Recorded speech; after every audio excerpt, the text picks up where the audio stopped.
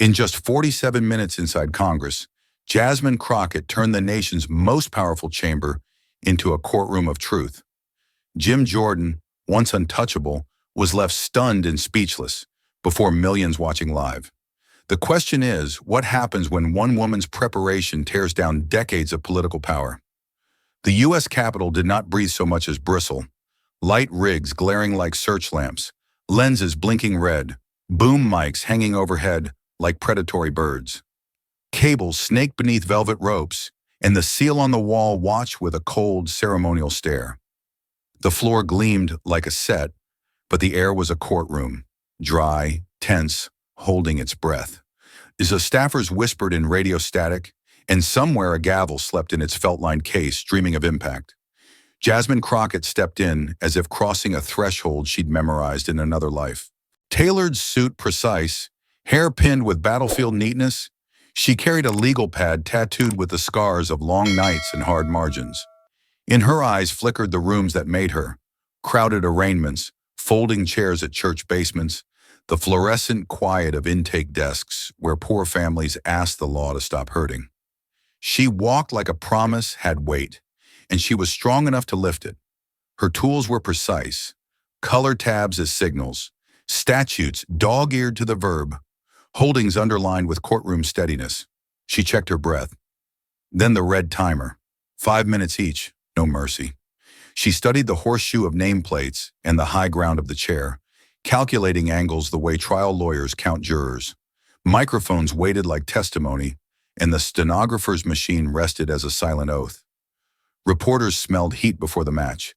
The gallery sat forward a fraction, notebooks ready to catch a spark. Producers texted lower thirds, and donors in distant offices leaned toward muted screens. Then Jim Jordan entered, tie loosened, sleeves rolled, tapping the binder's spine like a cue he'd practiced. Cameras tilted to find him. The room adjusted as if gravity had shifted 2 degrees. He scanned the field like a coach on game day, chin lifting toward binders stacked like trophies. Confidence arrived in the shape of his gait and settled across the benches like dust. Jasmine did not look up. Her pen tapped once, twice, then stilled. She whispered a line only she needed to hear, a line saved for clients who never got a second try. The lights ran hot, the air tightened, silence pressed on every tongue. Somewhere a clock advanced with surgical certainty, and the chamber waited to learn what it had already decided to forget. This looked like politics. She knew it was law, with consequences. She rehearsed the first question again, the one that seemed gentle until you followed it to the edge of the cliff. In the gallery, a veteran folded his arms. A teacher paused her grading. A grandmother fixed her glasses, blinking at the tiny red dot on her television. Cities far away dimmed their noise to hear the page turn. The tally light went hot. The gavel rose, and for a heartbeat the Republic held its breath. Jordan's half smile said the room was his. Jasmine's stack of papers said the room was mistaken. Years before the cameras, before the Capitol lights burned into her skin, Jasmine had sat across from a mother whose voice trembled with fear. The woman was a single parent, wrongfully facing deportation, clutching the hands of 2 children who didn't yet know what banishment meant. Jasmine leaned closer, her tone steady as steel, and whispered a vow. "I'll make sure the law doesn't stay a weapon against us." That vow never left her. It followed her into every courtroom, into nights where coffee went cold over stacks of briefs, into battles where her clients had nothing but hope and her determination. For Jasmine, the law wasn't a profession. It was armor, sharpened on the cries of those America too often ignored. She had watched entire communities treated as disposable, their faith in justice stretched to breaking. Black families who saw neighbors locked up for crimes they didn't commit. Immigrant workers deported for mistakes made by the system, not them. To be born in those margins meant learning that fairness was a privilege reserved for others. Inside the marble halls of Congress, those memories pressed against her chest like a second heartbeat. She could still see the grandmother evicted over a clerical error, the teacher stripped of her papers because she couldn't afford counsel, the teenager shackled before even testifying. Every face carved itself deeper into her resolve. She didn't come here for applause. She came because her people rarely had a defender in the rooms where laws were twisted into weapons. Jasmine knew this fight wasn't about defeating Jim Jordan's arrogance. It was about proving to millions that the law could be reclaimed. That truth could still protect the powerless. But if one woman's promise could ignite the chamber, how long before the fortress of power cracked under its own lies? The gavel struck once, sharp as thunder, and the chamber fell into a hush that tasted like anticipation. Red lights blinked alive on the microphones, broadcasting every breath, every glance to a nation leaning forward in its living rooms. Reporters raised their pens, cameras focused in, and suddenly every heartbeat in that room felt recorded in history. Jasmine Crockett slid the stack of documents onto the desk before her, the sound of paper crisp against polished wood. Each tab of color marked a flaw, a lie, a missing truth, a mosaic of preparation built through sleepless nights and unrelenting resolve. The pile wasn't just evidence, it was a sword sheathed in silence, waiting to be unsheathed under the glare of the cameras. Across the horseshoe table, Jim Jordan leaned back, his tie loose, his jaw cocked like a man who believed the outcome was already scripted. His smirk carried the arrogance of someone who had bullied witnesses for years without consequence, certain today would be no different. He cracked his knuckles and glanced toward the press gallery, already imagining tomorrow's headlines with his name on top. But Jasmine's eyes told another story. Steady, unblinking, they locked onto him, not with hostility, but with a calmness more dangerous than rage. She had carried the weight of courtrooms where lives balanced on a comma and a statute, and this was just another trial. Her hand rested lightly on the first page, as if touching the hilt of a blade sharpened by truth itself. The room held its breath, the clash imminent, the silence stretching until it quivered. This was no longer just a hearing, it was a battlefield where facts would meet force, and the question that lingered like smoke: what happens when a lion roars but finds a warrior already sharpening her blade? The chairman cleared his throat, and Jim Jordan lunged into the moment as if he had been waiting for it his entire career. His words fired off like a rehearsed barrage. Brandenburg, he declared, as if the name were a shield. Brandenburg v. Ohio, 1969. Speech crosses the line only if it's intended and likely to incite imminent lawless action. Then came absolute privilege, rolled out with the swagger of a man convinced that phrases alone could bury the truth.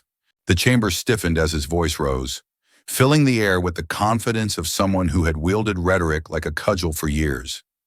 Each statement landed like a strike, aimed not at justice but at domination, designed to drown the record in noise. He smirked between citations, tossing glances to the gallery as though he were performing for applause instead of accountability.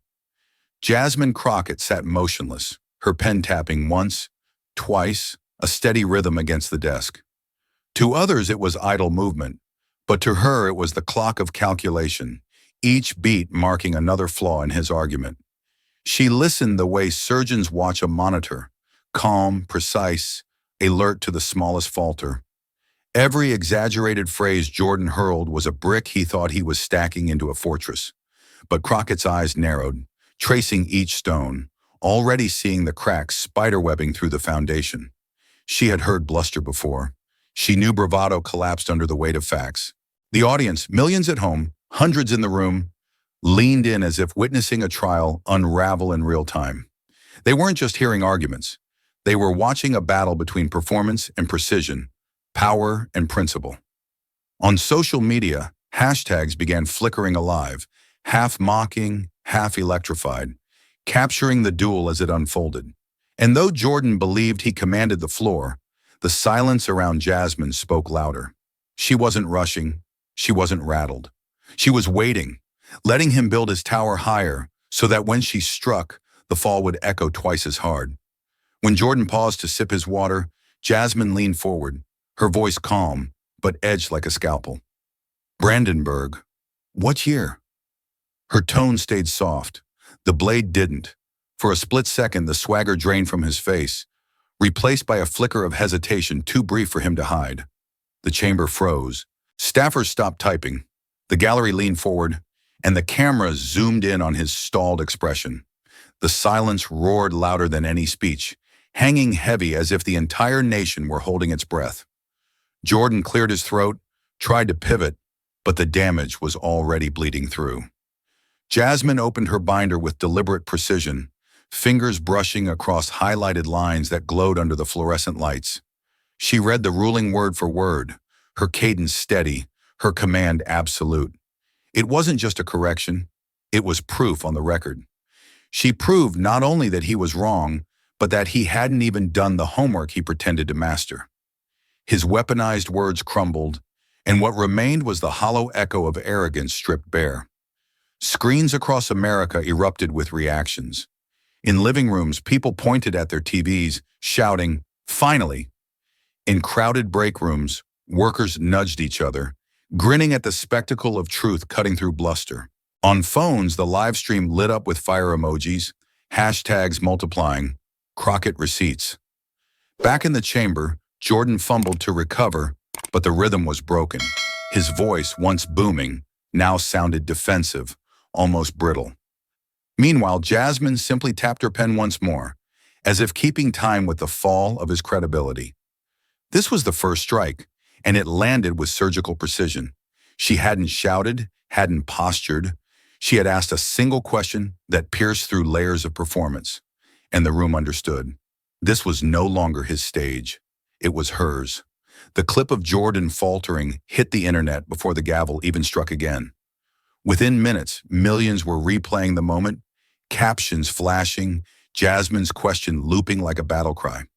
The hashtag Crockett receipts blazed, clips paused on highlighted lines, not punchlines, turning a congressional hearing into a cultural spectacle. Praise poured in like a tidal wave, tweets calling her a truth sniper, videos splicing her calm precision against Jordan's stammer, memes crowning her the professor of Congress. For many, it was vindication, the rare moment when the powerful were forced to answer, and the answer failed them. Comment sections exploded with cheers, laughter, and relief, but the fire burned both ways. Her opponents sharpened their attacks, flooding feeds with accusations of grandstanding and disrespect. Partisan pundits framed her as dangerous, too bold, too disruptive, too unwilling to bow.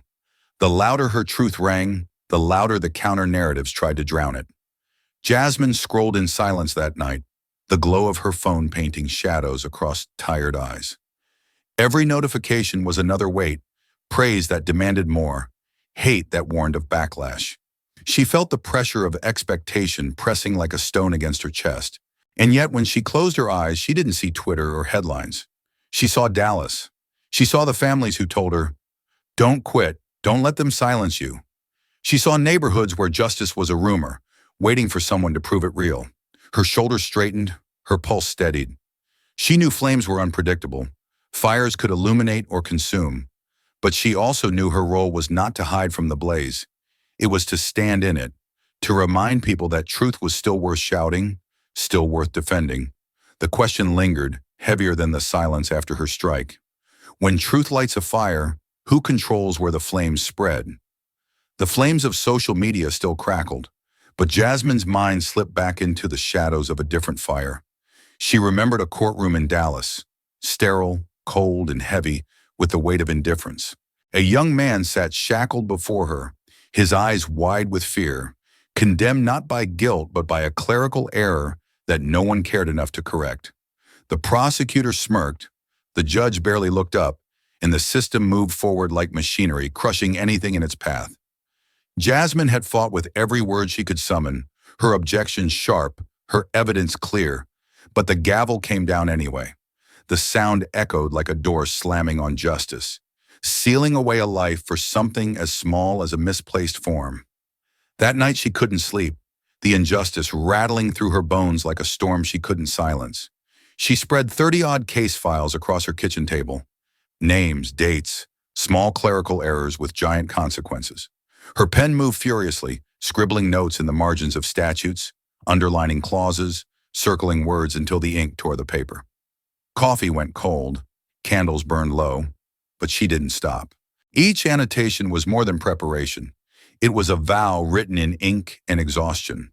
She would never again walk into a courtroom unarmed against the laziness, the arrogance, the cruelty of a system designed to punish the powerless. Sorrow sat with her in those hours, whispering the names of clients lost to bureaucracy, but it was soon overtaken by something stronger. Determination hardened in her chest, a resolve that no judge's glare, no chairman's smirk, no opponent's sneer could crack. She understood then that the law wasn't a fortress to defend, it was a battlefield to win. Back in the Capitol, as Jordan's faltering words replayed in her mind, she felt that same vow pulse through her veins. Every question she asked now, every document she carried, was born from those sleepless nights. She was not just challenging a man, she was challenging a system that had failed too many times before. The ghosts of that courtroom walked with her still, not to haunt but to fuel. They whispered reminders of promises made under fluorescent lights, of tears shed in hallways that smelled of disinfectant and despair. And Jasmine Crockett had turned those ghosts into soldiers, each one sharpening her will for the battle still ahead. The hearing room was no less a battlefield than the courtroom she once haunted, only here the weapons were subtler. Rules, timers, interruptions disguised as order. Each time Jasmine's voice cut through the air, a chairman's gavel would snap down, or a rival would shout, "Point of order," to drown her momentum. The clock glared mercilessly, its red digits bleeding away her seconds like a countdown to silence. Her allies leaned toward her, voices low, urging restraint. "Be softer, don't push too hard, pick your battles." They meant well, hoping to shield her from backlash, but Jasmine had no interest in survival strategies that left truth unsaid. To her, every second of silence was a betrayal of those who had none. Jordan smirked as the interruptions piled up, confident she would falter, that the machinery of procedure would grind her words into dust. But Jasmine had lived this dance before, and she knew how to bend it back. Each time they cut her off, she returned sharper, her questions tighter, her evidence undeniable. What they meant as a muzzle became the cue for her next strike. She wielded documents like blades, citing statutes, rulings, and footnotes with the precision of a surgeon. Her tone never cracked, her eyes never dropped, even as the gavel hammered like thunder. Every obstacle only refined her focus, turning her words into spears that pierced through the haze of theatrics. Beyond the chamber walls, the people watched. Phones buzzed with live notifications, screens filled with her clipped exchanges. Emails landed in her office inbox, subject lines screaming in capital letters, "Keep going." Tweets rolled in like chants from a digital crowd, their rhythm fueling her like the roar of unseen allies. A grandmother typed from her kitchen table, a teacher on her lunch break, a young organizer between shifts. They all sent fragments of encouragement that formed a chorus louder than the gavel. Jasmine felt it even as she stood alone at the microphone, the weight of a community pushing her forward. Procedure could twist the process, but it could not extinguish her resolve. Every roadblock only carved her path straighter. Every interruption only deepened the silence before her return. And with each comeback, she proved that the law, when armed with truth, was stronger than the games designed to suppress it. By now, Jasmine Crockett was no longer just sparring with politicians. She was reshaping the very stage they stood on. Her presence, her precision, her refusal to be silenced began to craft an image larger than resistance. She was not simply against something, she was fighting for something, and that distinction carried power. She spoke names that had never been uttered in such a chamber. A janitor laid off after a workplace injury, a student suspended for demanding fair treatment, an immigrant father deported for paperwork lost by the system. Their stories unfolded in her voice as though they were sitting beside her, each testimony haunting the room. The hearing table was no longer polished wood and microphones. It became a witness stand for America's forgotten.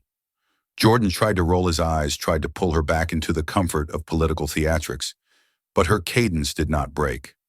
She was channeling not just law but lives, and the gallery leaned forward as if realizing this was no ordinary exchange. This was a warrior carrying her people into the lion's den. Then came his trap.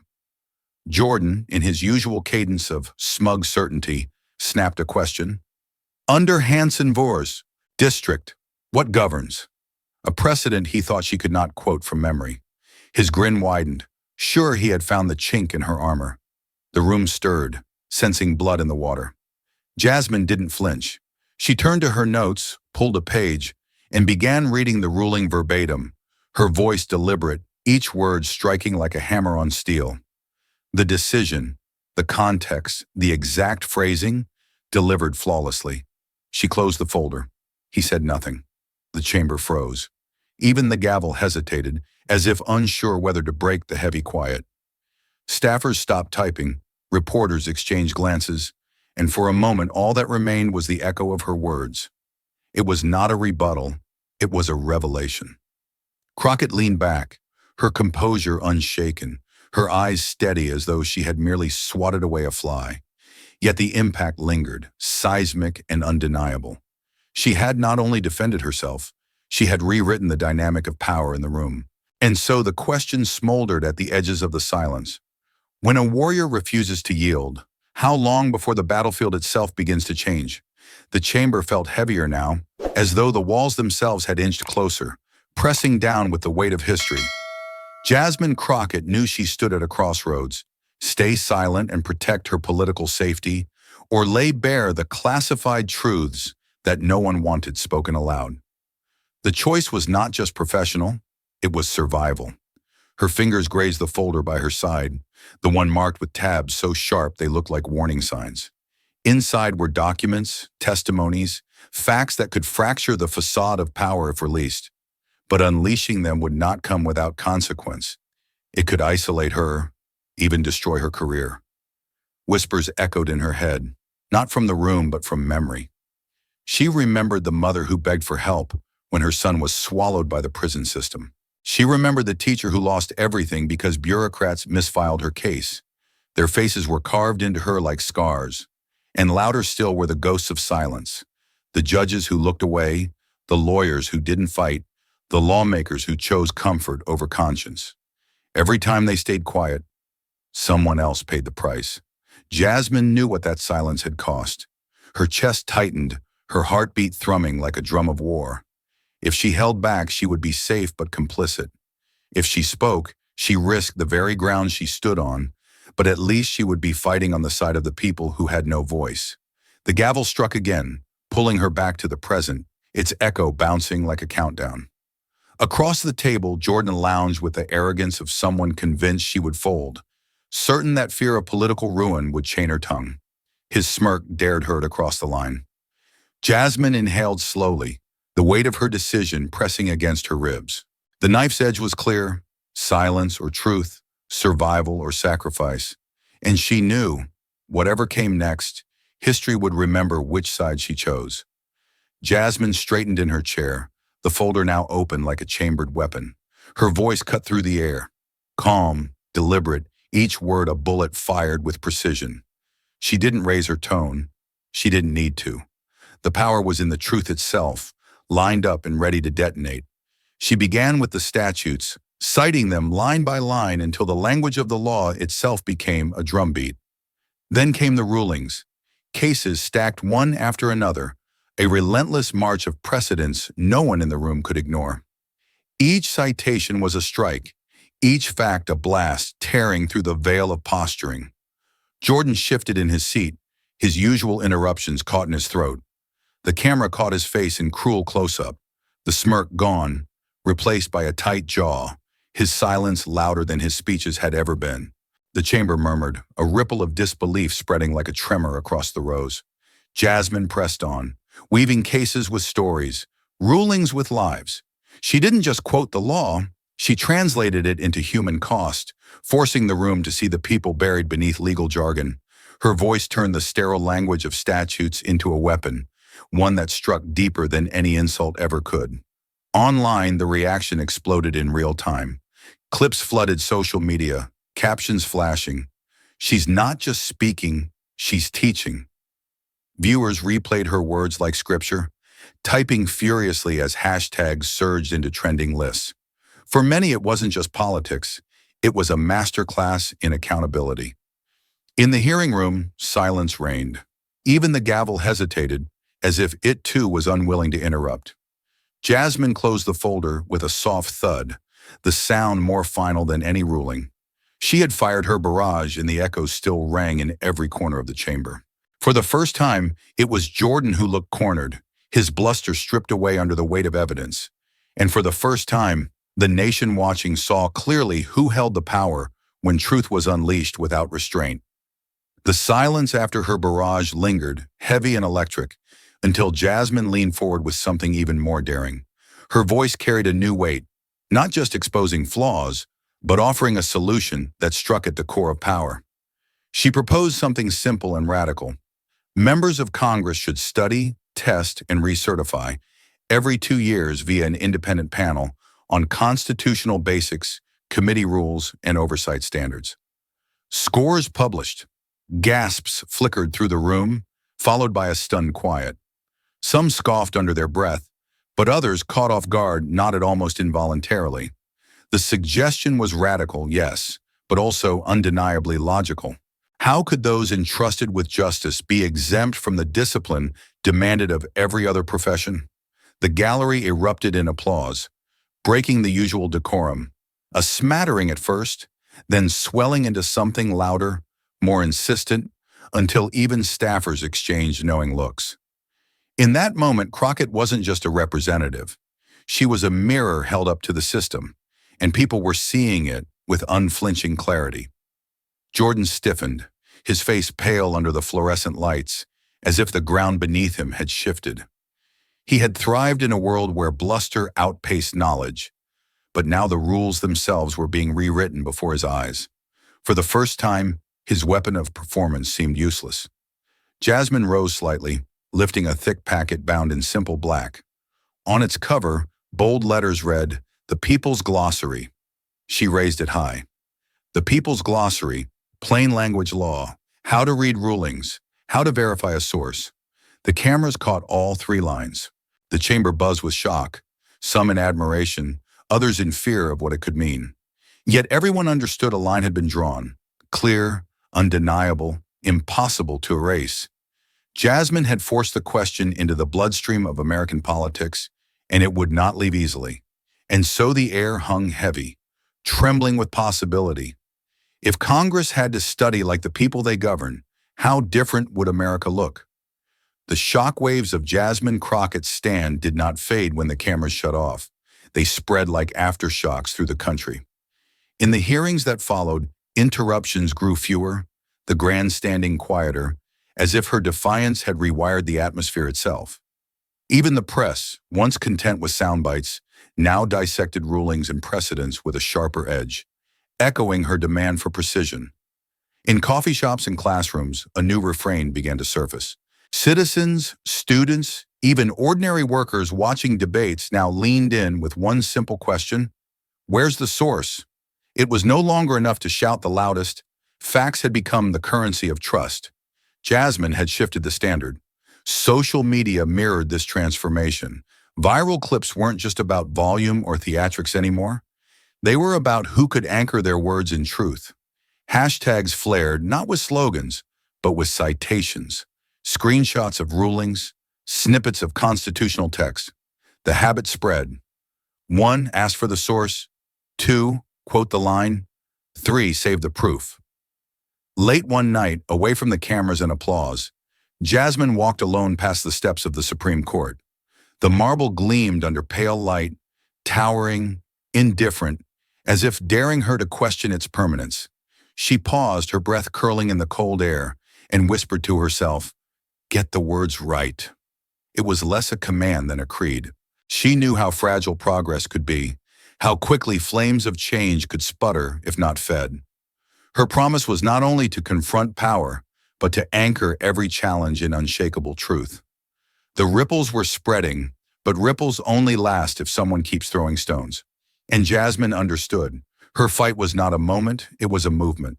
The ripple turned into a tide, and for the first time, ordinary people began to wield the law the way Jasmine had shown them. In a small county office, an elderly woman clutched a dog-eared statute she had copied by hand. When officials tried to deny her rightful benefits, she placed the law on the desk, pointed to the clause, and whispered with trembling certainty, "This is my right." The clerk had no choice but to approve. In a high school classroom, A young teacher transformed frustration into action. She covered an entire wall with case summaries, rulings, and statutes, labeling it the fact wall. Oh, no. Students, once drowned in noise from endless feeds, now argued by pointing at the wall, by citing, by challenging one another to prove claims. What began as an assignment became a movement of its own. And in a veterans' hall, a former soldier stood before a circle of teenagers, his voice gravelly but steady. He drew 2 columns on a whiteboard, policy and law, and drilled into them the difference that so many adults had blurred. "One changes with the wind," he said, tapping the first. "The other is carved in stone until you fight to change it." The boys and girls leaned forward, absorbing every word like it was survival training. Each story was a fragment, but together they painted a larger truth. The people were learning to fight with knowledge instead of noise. Precision was spreading from the halls of Congress to kitchens, classrooms, and community centers. The truth was no longer a weapon reserved for the powerful. It was becoming a habit, a discipline, a shield in the hands of those once left defenseless. And when truth becomes a habit, a community does not just endure, it rises unshakable. The storm had passed, but the echoes of her defiance still reverberated across the nation. Reporters tried to corner her with questions. Was it worth the risk, the backlash, the threats? Jasmine only lifted her chin, her words cutting through the noise like tempered steel. "I don't fight people. I fight for people." That declaration spread like wildfire, plastered across headlines, stitched into protest banners, whispered in classrooms and church basements. She was no longer just a congresswoman locked in combat with a chairman. She had become a living reminder that truth, sharpened and wielded with precision, could topple arrogance. Her legacy was not confrontation, but transformation. In a quiet community library, miles away from marble halls and flashing cameras, a battered book of statutes rested on a wooden shelf. Its pages, worn soft from years of handling, bore the handwriting of someone who believed words mattered more than weapons. A teenager, curious and restless, pulled it down, flipped to a page heavy with underlines, and smiled as though a secret had just been handed to him. The book was no relic. It was a torch. It belonged to the people now, sparking curiosity, discipline, and courage in those who had once felt invisible. Crockett's fight had leapt beyond hearings and headlines. It had rooted itself in kitchens, classrooms, and libraries where the next generation waited. And as dawn bled over Washington, the first light slipped through the Capitol windows, gilding stone columns with a glow that felt almost defiant. For a moment, the building looked different, less like a fortress, more like a promise. Hope had not conquered the dark, but it had broken through. Her words still rang, clear and unshakable. Precision is power, and power belongs to the people. If this story landed, subscribe, share, and leave your source in the comments. This video is for education and reflection, not legal advice. When your moment comes, will you choose silence or the page?